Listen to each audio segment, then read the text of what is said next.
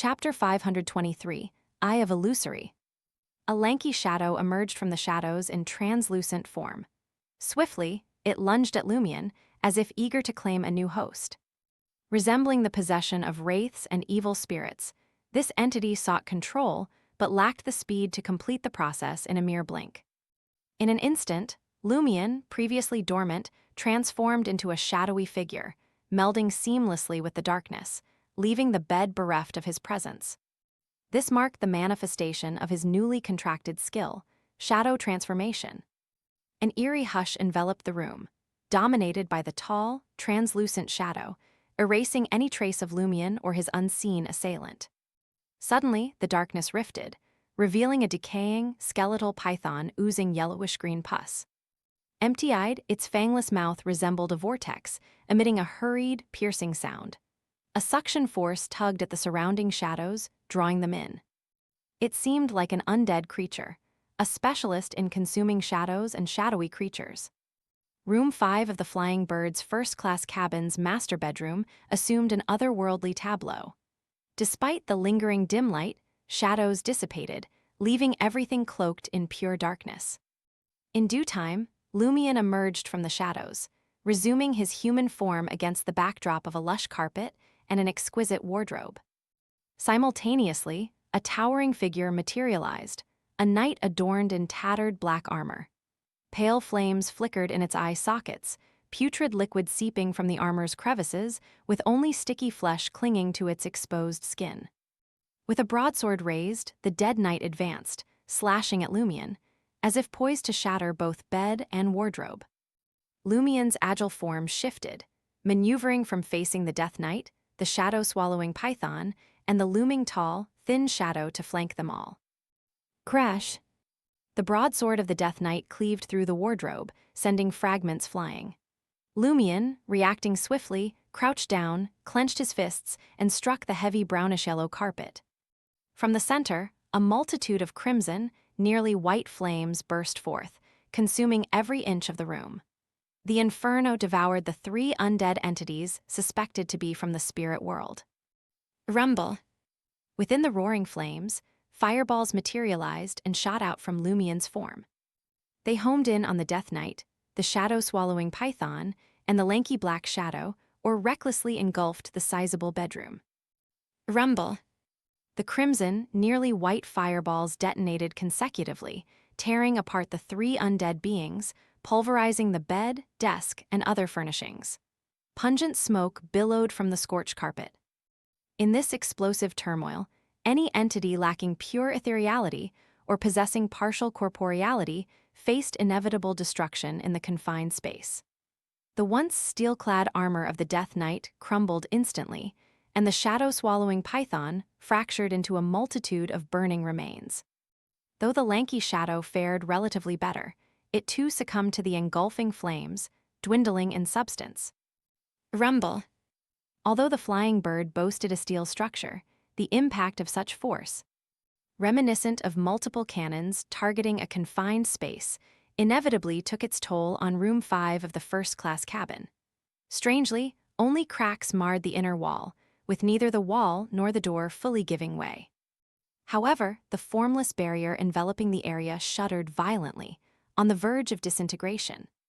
As shockwaves rebounded from the walls, doors, and ceiling, Lumion, the catalyst of the explosion, suffered as well.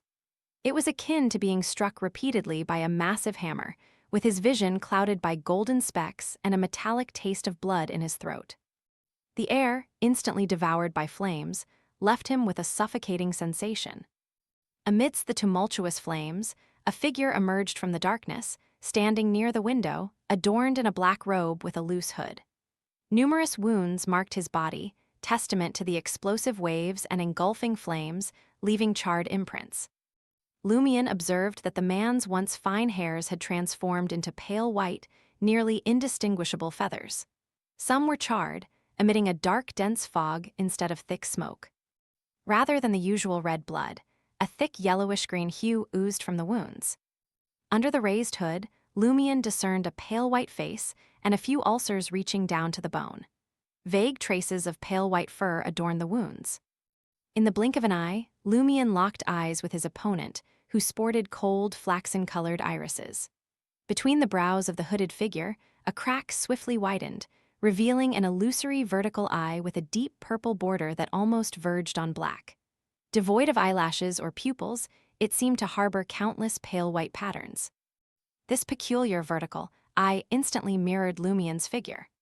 His initial intention to teleport behind the hooded man and employ the spell of Harumph met an abrupt freeze. The impact resonated at the spiritual level. It was akin to Lumion's soul body losing the protective shield of his physical form and standing exposed to scorching sunlight. Instinctively, fear, stiffness, and lethargy gripped him. Ordinarily, humans explored the spirit world through astral projection, rarely detaching their soul body, the core of their soul, from their physical being, always shrouded in protection. The arbiter pathway's psychic piercing bypassed the physical body, ether body, astral projection, and body of heart and mind, directly influencing the soul body. It carried an almost undefendable reputation, affecting individuals to varying degrees. Lumion suspected that the spell of Harumph shared these characteristics. Within the assailant's dark purple, nearly black vertical eye, pale white patterns silently spun, as if seeking the essence of Lumion's spirit body. The sensation resembled being scrutinized by penetrating rays of light, causing Lumion's spirit body to quiver slightly, impeding intricate thoughts. Just as he was about to take the simplest action of sinking his consciousness into the blood emperor mark on his right hand, the hooded man emitted a sudden pained groan. His head snapped back as if struck by a bullet, the once illusory, dark purple vertical eye now blurry, oozing dark red blood mixed with yellowish-green pus. With a pained groan, the hooded figure swiftly turned and soared out of the window, dragged by an unseen force. Observing this, Lumion didn't hasten to block the escape with spirit world traversal. Instead, he raised his right hand and snapped his fingers. Boom! At the window, a crimson, almost blinding light erupted, and a violent explosion engulfed the hooded man. Lumion had set this as a trap. Before entering a state of sleep, he had concealed the master bedroom within the bottle of fiction. There were two entrances, one by the window and the other by the door, accessible only to beings with superpowers. Both exits harbored delayed explosion fireballs. Any trigger would unleash devastation.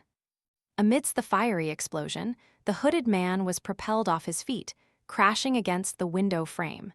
His limbs seemed on the brink of tearing from his body. Without a moment's hesitation, Lumion teleported to the severely injured and unconscious man, harumphing at his foe. Two beams of white light shot forth, striking the target and rendering him completely unconscious. As Lumion prepared for his next move, pairs of arms suddenly emerged from the darkness at the shattered exit of the bottle of fiction. Some were covered in warts, some decayed to the point of pus overflowing, and some only displayed blackened bones. These arms seized the hooded man's clothes and dragged him into the shadows, disappearing without a trace. Observing this, Lumion refrained from an immediate transformation into a shadow creature to pursue them. Instead, he stood his ground, a slight frown creasing his brows. The assailant shared an uncanny resemblance to demon warlock Berman as depicted on the wanted posters, but the non-human feeling was even more pronounced. The details suggested an undying monster rather than a human. Lumion wasn't caught off guard by demon warlock Berman's appearance. It was one of the anticipated outcomes. He had deliberately voiced suspicions about Fidel's connection with the demon warlock in front of him without providing clarity, fostering the illusion that Louis Barry, a bold adventurer with a penchant for conspiracies, was attempting to extort money from the prominent merchant. Under normal circumstances, even if Fidel had something to hide, he wouldn't act so swiftly. He would likely observe closely for a few days to confirm the situation. Lumion, however, had offered him an opportunity this time. Louis Barry, the adventurer, had made public the commission he accepted to lure out Baronet Black. In such a scenario, it wouldn't raise eyebrows if he were killed by Class Kizzy. The death of an overconfident individual in Port Farim wouldn't spark trouble or suspicion. So why not nip the danger in the bud? Even if Louis Barry's suspicions lacked evidence, they would still draw the attention of official beyonders.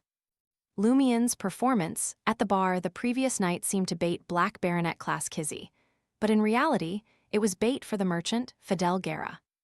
If Fidel had no ties to the demon warlock, it wouldn't trigger an additional reaction. Lumien merely needed to pursue the superficial purpose of hunting Black Baronet. If there was a connection, he would promptly receive a response. To Lumien's surprise, the abilities exhibited by Demon Warlock Berman shared similarities with the few divine pathways he knew. But there were also notable differences.